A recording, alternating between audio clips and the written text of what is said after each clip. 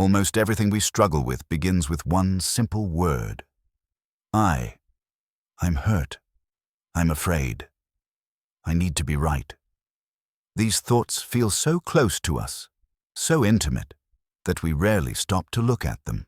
They arise automatically, and before we notice, we are already living inside them. In a previous reflection, we learned how to rest in pure observation, not trying to fix the mind, not trying to improve ourselves, just learning how to see. Today, we are not learning a new method. We are not adding another technique. We are simply turning our attention towards something very familiar. As the Dalai Lama gently reminds us, awakening does not come from effort. It comes from seeing clearly. So for this moment, there is nothing you need to do. Just notice how the sense of I quietly steps into the center of experience. And let this question stay with you. What is this I, and why does so much suffering gather around it? The ego is not who you truly are, and it is not something to destroy.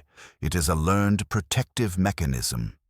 Early in life, the mind begins to learn through experience, not theory. This behavior keeps me safe. This image helps me belong.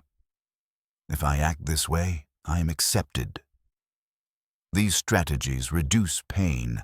They help us survive emotionally, and because they work, the mind keeps using them. Over time, protection becomes familiar, and what is familiar begins to feel like identity. What was once a strategy slowly turns into a sense of me. This is how the ego is formed, not through choice, but through repetition. Nothing here is wrong. The ego is not a mistake. It is simply the mind doing what it learned to do in order to feel safe. As these protective patterns repeat, they begin to organize our inner world. The mind starts to build an image of who I am allowed to be and who I should not be. This image becomes very important. Whenever something touches it, the body responds immediately. You may notice the signs. The chest tightens. The breath becomes shallow. Thoughts speed up. There is an urge to explain, to defend, to prove.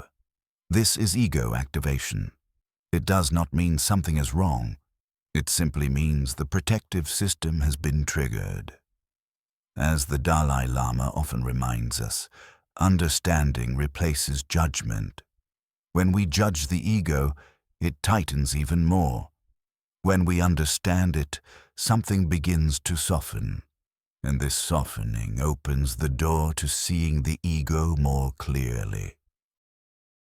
So if the ego is learned, what exactly is it protecting? It is protecting an inner image. An image made of memories, past experiences, and emotional impressions.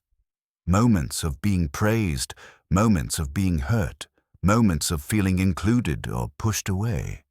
All of this gathers quietly inside. When a similar situation appears, the mind reacts before we think, not to the present moment, but to the image it is trying to protect. This is why reactions often feel bigger than the situation itself. The ego is not protecting truth. It is protecting familiarity. And this protection happens so fast that we usually miss it. This brings us to a very important question. If the ego is only trying to protect us, when exactly does this protection turn into me? The ego is not a thing. It is a process. A feeling arises, a memory is touched, and almost immediately something inside says, "This is happening to me. This feeling is mine." This moment is very subtle. It happens before we think, before we choose, and this is where the ego is born. The ego is not sadness. The ego is not fear. The ego is the act of identifying with what has arisen. Because this identification happens so quickly, we rarely notice it. We do not see the movement. We only feel the result. And because we miss this moment, we begin to believe there is a solid someone inside who owns the experience. As the Dalai Lama often reminds us, suffering comes not from emotion, but from clinging to emotion as me. When identification repeats, it becomes familiar. And what is familiar begins to feel personal. A similar situation appears, a similar emotion arises, and the mind responds automatically, not to what is happening now, but to what has been remembered. This is why reactions can feel so strong, even when the situation is small. We are not responding to the present moment. We are responding to something already stored inside. Identification turns experience into a story about me. I am being ignored. I am not respected. I am not enough. Once the story begins, the body tightens. The mind speeds up. Defense follows, and all of this happens before we realize what is going on. This is not because we are weak. It is because identification is unseen. Because identification is usually invisible, it creates a powerful illusion, the illusion of a solid self. It feels as if there is someone inside who is having the emotion, who is being threatened, who needs to be protected. But when we look closely, we do not find a solid person. We only find a process repeating itself, feeling, memory, identification, reaction, over and over again. The sense of me is not created by a single moment. It is created by many small identifications, repeated so often that they appear permanent. The Dalai Lama often teaches that ignorance is not a lack of intelligence. It is simply not seeing clearly. And this brings us to a crucial question. If the ego is born from identification, then understanding identification must be the doorway to freedom. So in the next part, we will find out where this identification comes from. Deep inside the mind, there is a quiet place where experiences are stored. Every moment we live leaves something behind. A time we felt loved, a time we felt rejected, a moment of safety, a moment of fear or shame. Each experience plants a seed. These seeds are not thoughts. They are not stories. They are tendencies. Tendencies to expect danger. Tendencies to seek approval. Tendencies to protect ourselves before pain appears again. This deep layer of the mind does not judge these seeds. It does not decide what is right or wrong. It simply keeps them. Over time, the seeds that are touched most often grow stronger, and slowly they begin to shape how we feel, how we react, and how we see ourselves. When a situation appears, this store of seeds responds. A feeling arises. A familiar reaction follows. But something else happens next, very quietly. The mind looks at what has arisen and says, "This is me. This is who I am. This is not a decision. It is a habit. The ego is not memory itself. The ego is mistaking memory for identity. Pain arises, and it becomes my pain.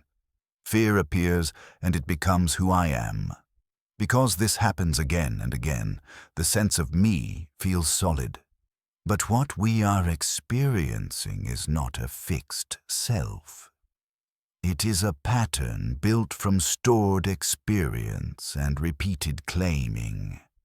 The ego feels strong not because it is true, but because it has been repeated for a very long time. Not all of these seeds come from our personal life. Many come from the world around us, from family patterns, from cultural expectations, from fear passed quietly from one generation to the next. Long before we could choose, we learned what was valued and what was rejected. Some communities teach silence. Some teach comparison. Some teach that love must be earned. These collective experiences enter the same inner store. They mix with personal pain until we can no longer tell which is ours and which is inherited. This is why some reactions feel bigger than the present moment. The ego is not only protecting individual wounds, it is also carrying unfinished pain shared by many others. And because this pain is shared, it feels normal. We rarely question it. Because the ego is built from many layers of experience, it feels powerful, it feels necessary, it feels like survival. When a familiar situation appears, many seeds are activated at once. Personal memory, habit, collective conditioning.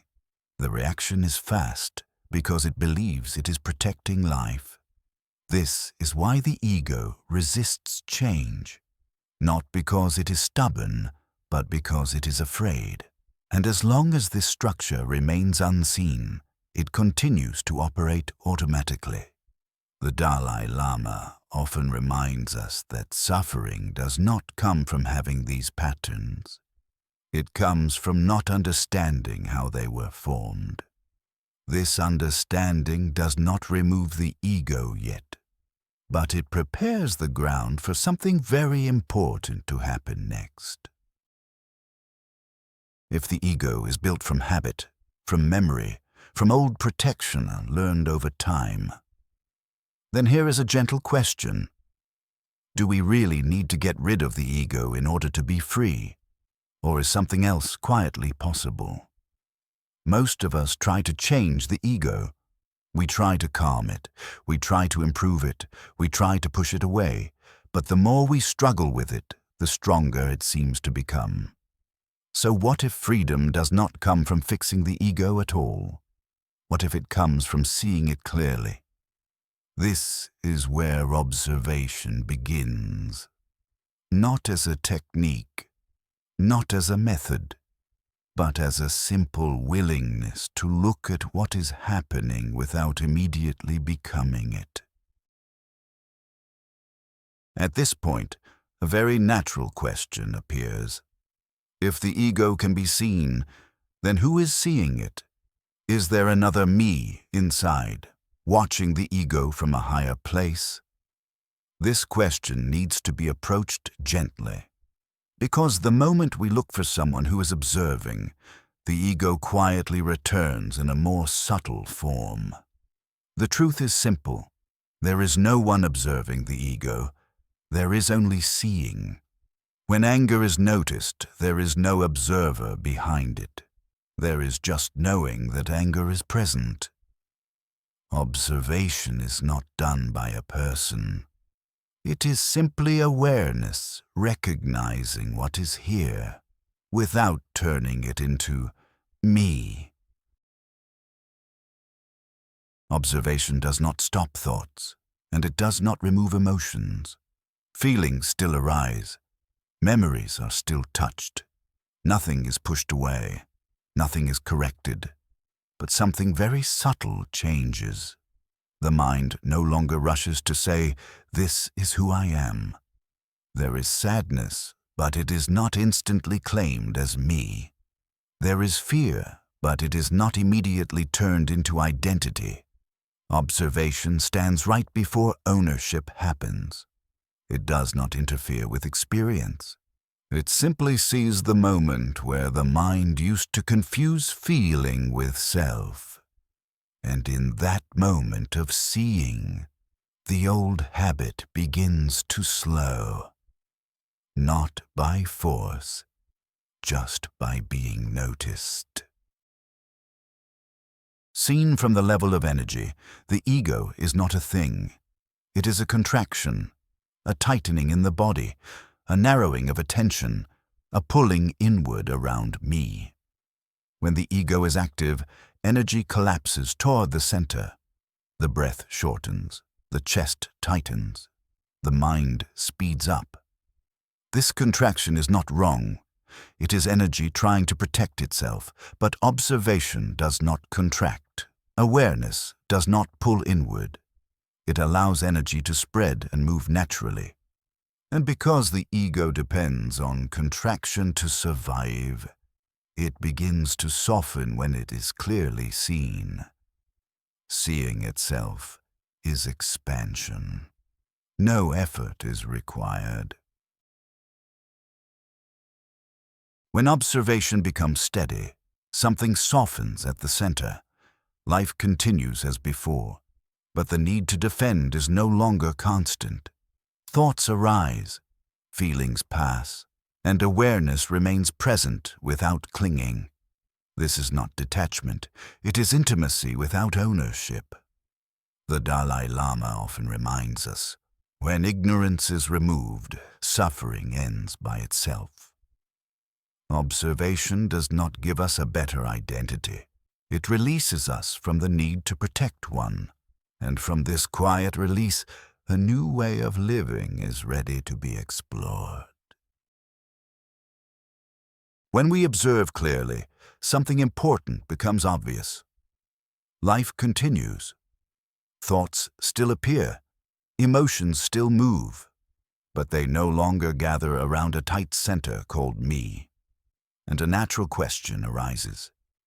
If there is awareness watching and experiences being watched, then what exactly is this self that we have been protecting for so long? This question does not come from doubt or confusion. It comes from seeing. And this is where the understanding of non-self and emptiness begins. Not as philosophy, but as lived clarity. When people hear the idea of non-self, they often become afraid. They think it means losing themselves, becoming empty, or no longer caring. But non-self does not mean you disappear. You are still here. You still have a body. You still remember. You still care, love, worry, and feel. What begins to change is not your humanity, but the tension you carry inside. The tension of always needing to protect an image of yourself. When this tension softens, life feels lighter. You can feel sadness without drowning in it. You can make mistakes without falling apart. You can change your mind without feeling lost. As the Dalai Lama often says, non-self is not about becoming nothing. It is about no longer being trapped by the idea that you must always be a certain way. Emptiness is another word that is often misunderstood. People think it means life has no meaning. But emptiness does not take meaning away. It takes away holding too tight. When things are not fixed, they can move. A relationship has meaning not because it stays the same forever, but because it can change, heal, and grow. A life has depth not because it is controlled perfectly, but because it is alive. When emptiness is understood like this, freedom feels close and familiar. You can do your best without being crushed by results. You can love deeply without being ruled by fear of loss. Nothing is pushed away. Life continues, but with more space. And when we stop holding ourselves so tightly, something very natural begins to show itself. What appears when there is no longer a tight me to protect.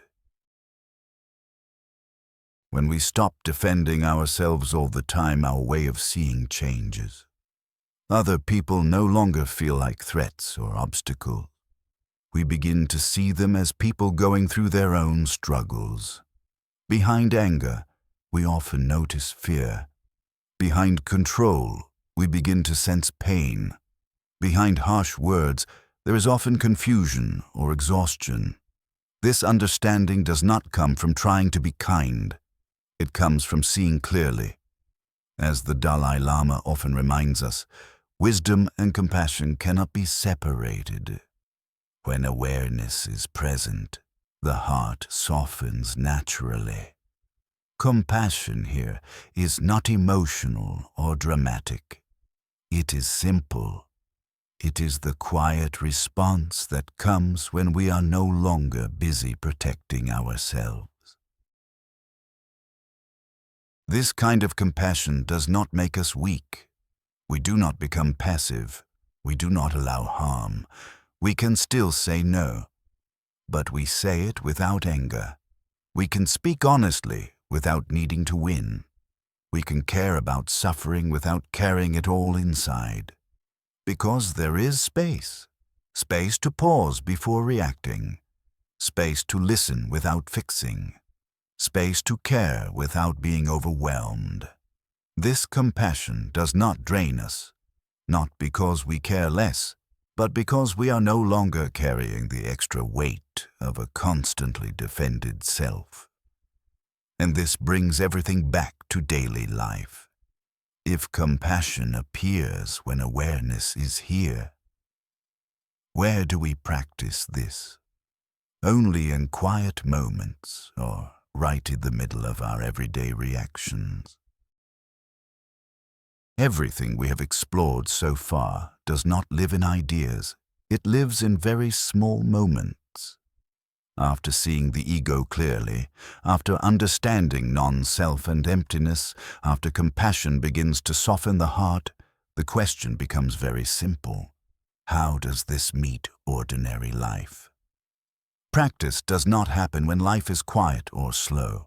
It happens right before reaction, right before the body tightens, right before a word comes out too fast, right before the mind says, "This is about me."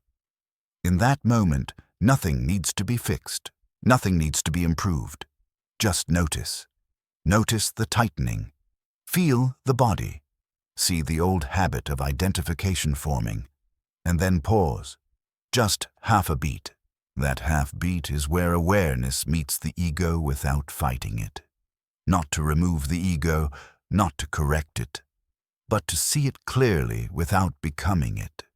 There is no perfection here, only remembering a little earlier each time.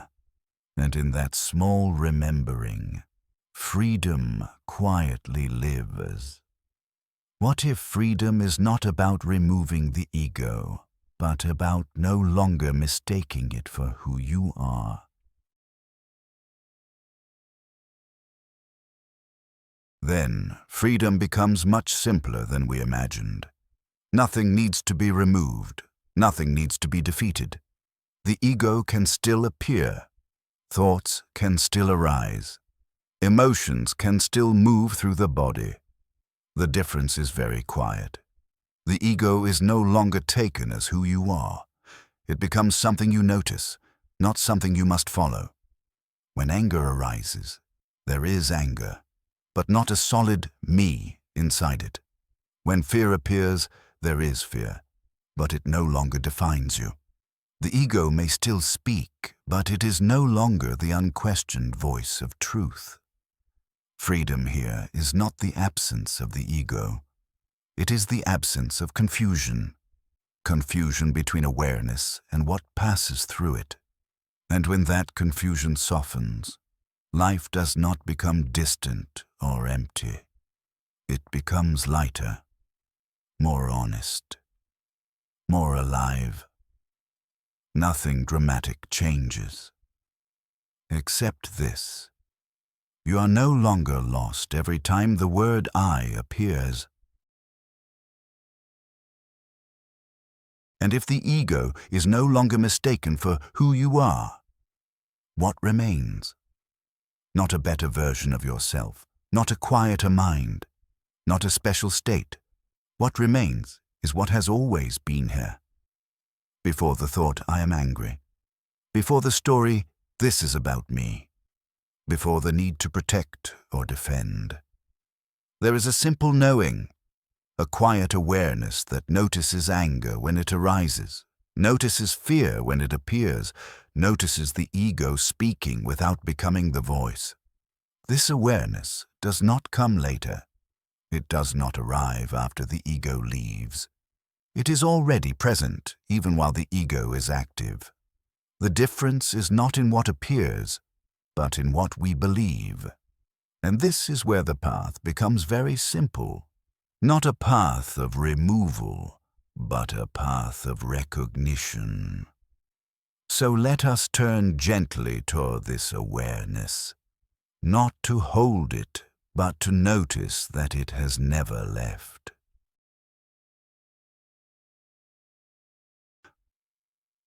What is the relationship between ego and awareness? Awareness, what we may call pure knowing, is always here. The ego comes and goes, but awareness does not arrive with practice, and it does not leave when we are busy, angry, or confused. The ego is a movement. Awareness is the space in which that movement is seen. Awareness is like light in a room. When you are absorbed in a screen, you are not thinking about the light. When you are upset or rushing, you are not noticing the light. But the light has never left the room. The ego may speak loudly, but awareness has never stopped listening. And this is the key difference. The ego wants to be someone. Awareness simply knows what is happening. So, what does living in awareness really mean? Living in awareness does not mean always feeling calm. It does not mean never reacting. It means recognizing that awareness is present even when we have already been carried away by the ego. Anger arises. The ego says, "I am angry." Later, something notices. Oh, anger was here. That moment of noticing is not the ego improving itself. It is awareness recognizing the ego as an experience. It does not need to be early. It does not need to be graceful. It only needs to be honest.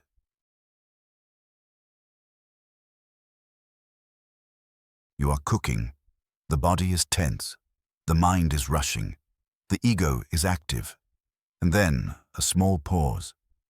Why am I so tight right now? Nothing else needs to change.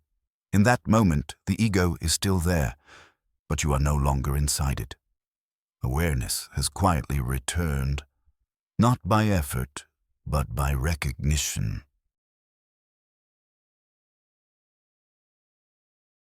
Awakening is not about becoming different.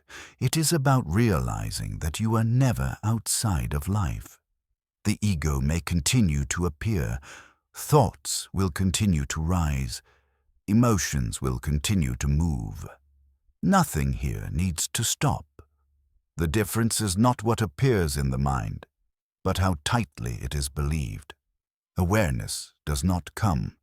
Awareness does not go. There are only moments of remembering and moments of forgetting, and both are held gently within awareness itself. So wherever you go next, go gently. Nothing more is needed. Thank you for spending this time here. If something softened in you, if a little more space appeared, you don't need to hold on to it. Just let it move with you into daily life. If this reflection was helpful, you may gently support the channel by liking this video or subscribing to Free You. And if you feel moved to share, you're welcome to leave a comment, not to explain or analyze, but simply to say what you noticed in yourself. Your presence here matters. Wherever you go next, go gently. We will meet again in the space of awareness.